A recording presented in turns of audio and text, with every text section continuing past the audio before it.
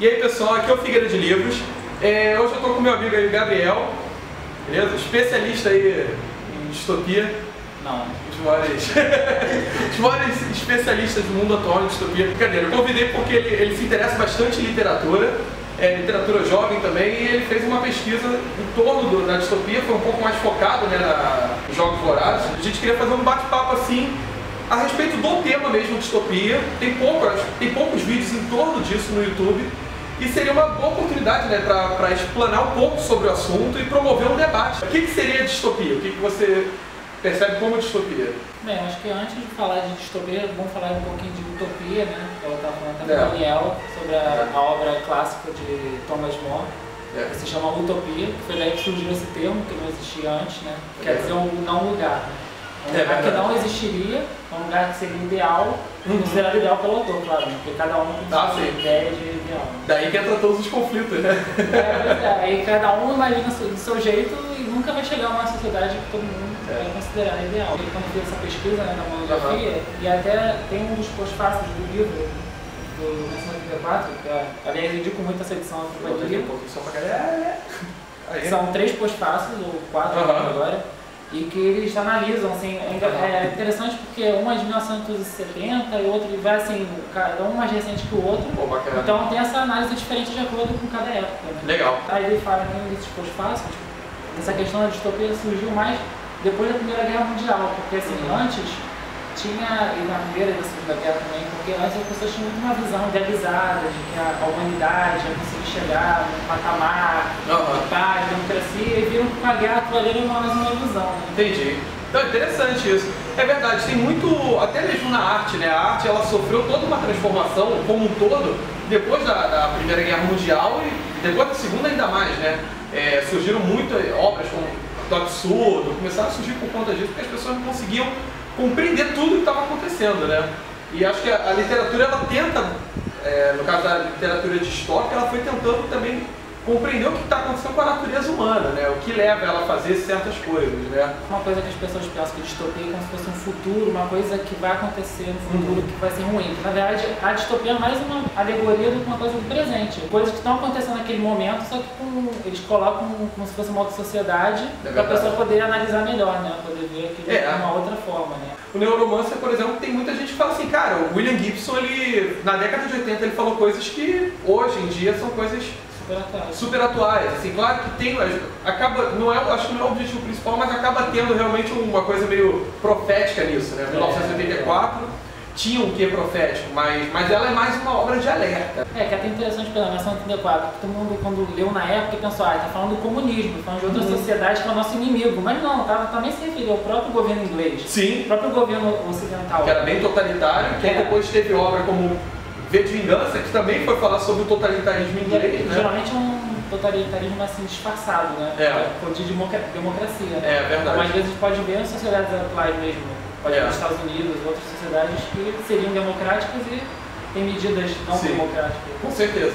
Bem, depois de falar um pouco sobre a origem, né, do conceito da distopia, tem 3 obras que consideram canônicas para isso, né? Que parece que foram as obras que a partir delas, no caso, abriu a porta para todo mundo escrever sobre isso, né? E até para o fenômeno mais recente também distópico. Vou fazer uma coisa bem rápida, apanhado. A gente tem o primeiro aqui, nessa edição linda. Admirável Mundo Novo, do Aldous Huxley. Ela vai tratar também sobre aquela coisa de uma sociedade com bem-estar social, que na verdade as pessoas não percebem exatamente no que elas estão vivendo, qual é o mundo. Elas são treinadas desde pequenas, são descondicionadas a acreditar que o lugar que elas estão é uma coisa boa e não vai questionar aquilo. Porque normalmente essas distopias mais originais, mais clássicas, elas surgiam assim, era uma utopia falsa. Que na verdade as pessoas achavam que estava numa sociedade boa, como assim, era um mundo novo. As pessoas achavam que estava no bem-estar, que estava tudo em paz, que não precisava se preocupar com nada.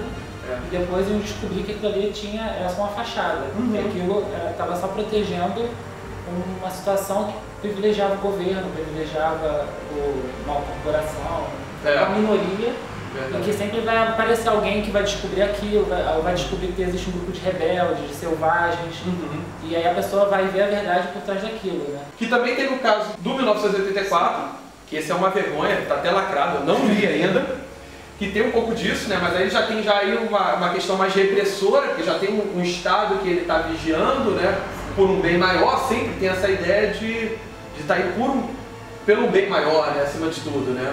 Porque em 1934, apesar de nós ser uma sociedade mais repressora, na verdade, todo mundo acha que aquilo ali está certo, porque a pessoa já nasceu com aquilo na cabeça, então ela vai tomar aquilo como natural, ela vai achar que outras coisas, por que não poderia ser dessa forma? Porque a pessoa nem vai achar que existe outra forma, né? Isso é um gancho já para a terceira obra canônica, né? Que é o Fahrenheit 451, do Ray Bradbury. É uma sociedade, o personagem já está inserido numa sociedade na qual, para os bombeiros, eles mudaram sua função social, porque as casas elas não pegam mais fogo, e o papel deles agora é queimar livros, e não houve um governo que definiu que os livros deveriam ser queimados.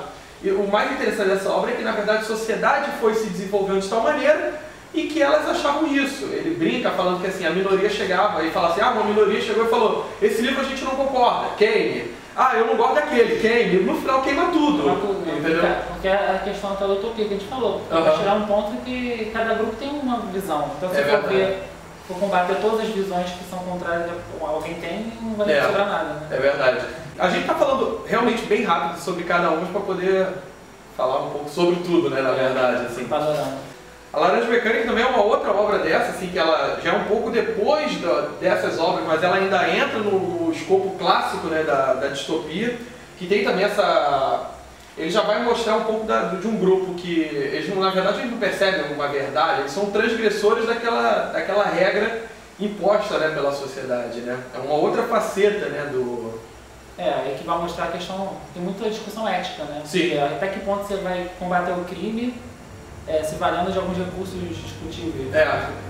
E o legal, assim, já da Laranja Mecânica é que, assim, normalmente todas as obras distópicas têm um herói, é o bom, é ele que vai libertar o povo, é ele que vai recuperar o povo, vai libertar o povo da opressão. Nesse não, ali é um grupo, na verdade, de pessoas outsiders, né? Eles eram vândalos e tal, mas que eles acabaram sendo vítimas também do sistema, né? Isso é bacana. O Homem do Castelo Alto, do Philip Dick, que ele já é uma obra também, ela já pega uma questão distópica no conceito de realidade, ele extrapola um pouco o conceito só de um governo, de uma estrutura, ele vai para um escopo mais do real, assim, num mundo no qual quem ganhou a Segunda Guerra Mundial foi o Japão e a Alemanha, e se deparam com um livro, que o livro é um romance, imaginando que a guerra foi vencida pelos americanos. Então é legal você ver o outro lado, tipo, a gente lê um livro que o alemão ganhou a guerra e a gente fica pensando, será que seria assim? E eles lá no livro estão lendo um e falando assim, será que seria assim? E assim, não dá pra contar o final, assim, porque assim, o final vai explicar tudo, mas, cara, o final é absurdo, assim, quando você termina de ler, você cai a ficha, é incrível, assim, o Dick, ele tem essa capacidade. Depois a distopia ela foi se desenvolvendo um pouco mais, né, assim, ela, como você falou, a distopia, quando ela foi criada, assim, a literatura um pouco distópica, como um ramozinho da ficção científica, ela foi criada com aquela ideia de refletir acerca daqueles governos totalitários, das guerras e tudo. Você tem o período final da Guerra Fria e começa uma outra reflexão. A gente já está vivendo num mundo que o Estado ele é mais fraco e quem é mais forte são as corporações, por exemplo.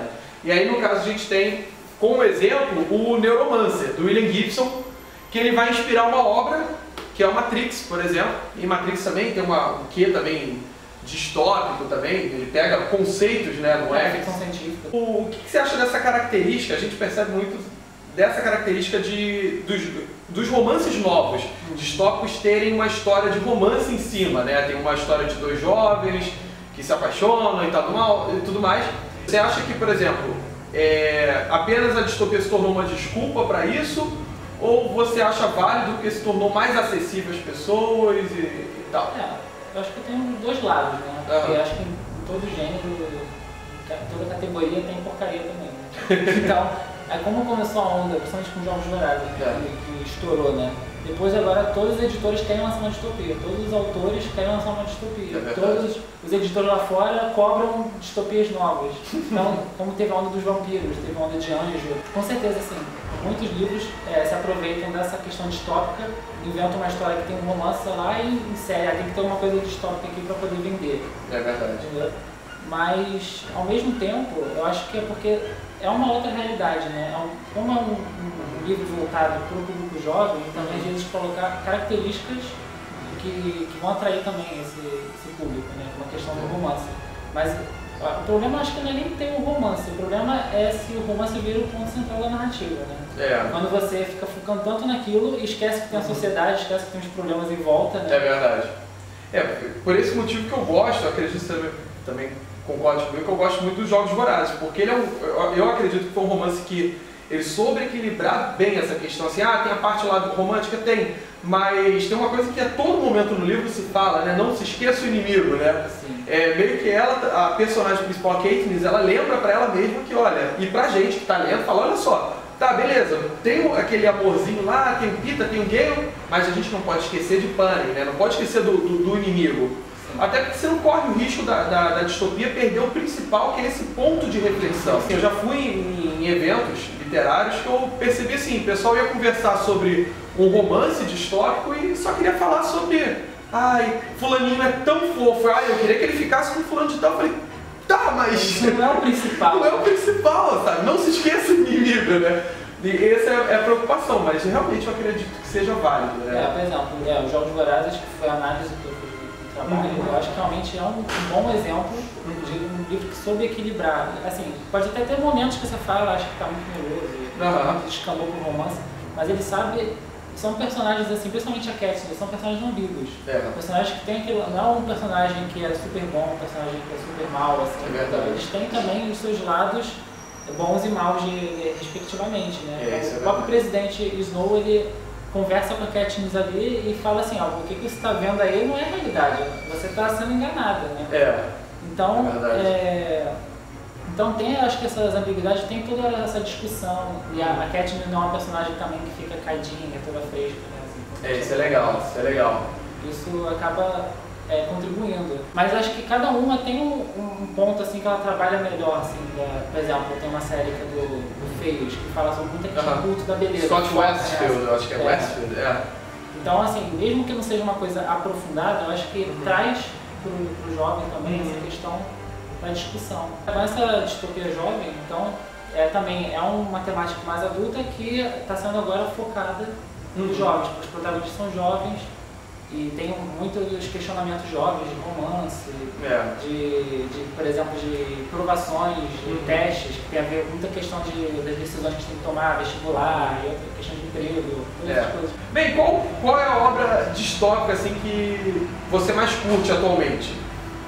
Os Jogos Vorazes, que é justamente porque eu fiz a monografia e porque eu acho que assim, apesar de ter essa questão de distopia, as distopias jovens sempre vêm série, enquanto as outras vêm, as clássicas vêm um livro só, essa questão. Mas eu acho que foi até bom, por exemplo, essa do Jogos Vorazes, que conseguiu desenvolver bem a temática, assim, até que as primeiras são mais a questão do embate, o primeiro fala da disputa entre pessoas que não se conheciam, depois pessoas que já se conheciam, mesmo assim não se importam com isso. E o terceiro já foca na guerra, então verdade. Acho que deu para trabalhar bastante aquele universo, né? Eu concordo. De Panem, tu consegue ver de tudo um pouco, né? Eu acho que isso foi um pouco da falha do Divergente, assim. Eu senti que tinha muito alto e baixo na obra, e que eu já comentei isso também em outro vídeo aí, que eu falei, cara, podia ter sido reduzido. Fizesse um livro um pouco mais longo, botasse um só, sabe? Eu acho que beleza, entendeu? E rola também aquela coisa, né, de toda obra que pega um pouco do fantástico, da ficção científica, quando se quer criar um mote muito fantástico, assim, com paradas muito bizarras, a explicação fica difícil. Não fica legal, entendeu? Eu acho que fica aquela coisa que tu fica, sério? Tu cria uma expectativa muito alta e a entrega é muito fraca, né? E a minha, assim, que eu escolheria O Homem do Castelo Alto mesmo, assim, por ser diferente de todas as outras. Mas, claro, tem muita coisa pra ler ainda, daqui a 5 anos eu falo, nada, eu prefiro outra, né? Mas é bacana. E até agora, só pra comentar, porque eu tô lendo agora, eu tô no final do livro. Battle Royale? Battle Royale, que teve toda a polêmica na época de Jogos Vorazes, quando foi lançado, principalmente no filme, que deu mais destaque no livro, porque todo mundo falava que Jogos Vorazes era plágio do Battle Royale, porque tem a mesma premissa. São jovens que são colocados juntos numa arena para se matar e um tem que sobreviver só que é bem diferente, que realmente o Battle Royale ele trabalha mais a questão dos personagens, da personalidade de cada um, de você não poder confiar no outro, que é uma coisa que até aparece em Jogos Vorazes no segundo, porque são as pessoas que já se conhecem, né? É verdade. Ele não trabalha às vezes tanto a questão da sociedade, esse governo, né? Enquanto já Jogos Vorazes tem essa diferença de trabalhar mais o governo também, além da personalidade do... Então é interessante, bacana. Se vocês gostaram, dê um joinha, ajudem a compartilhar. Comentem aí embaixo quais obras vocês gostam da área da distopia. O que vocês acharam que faltou comentar, né? Se tiverem alguma pergunta também, façam aí, a gente vai tentar responder, né? E até a próxima. Tchau.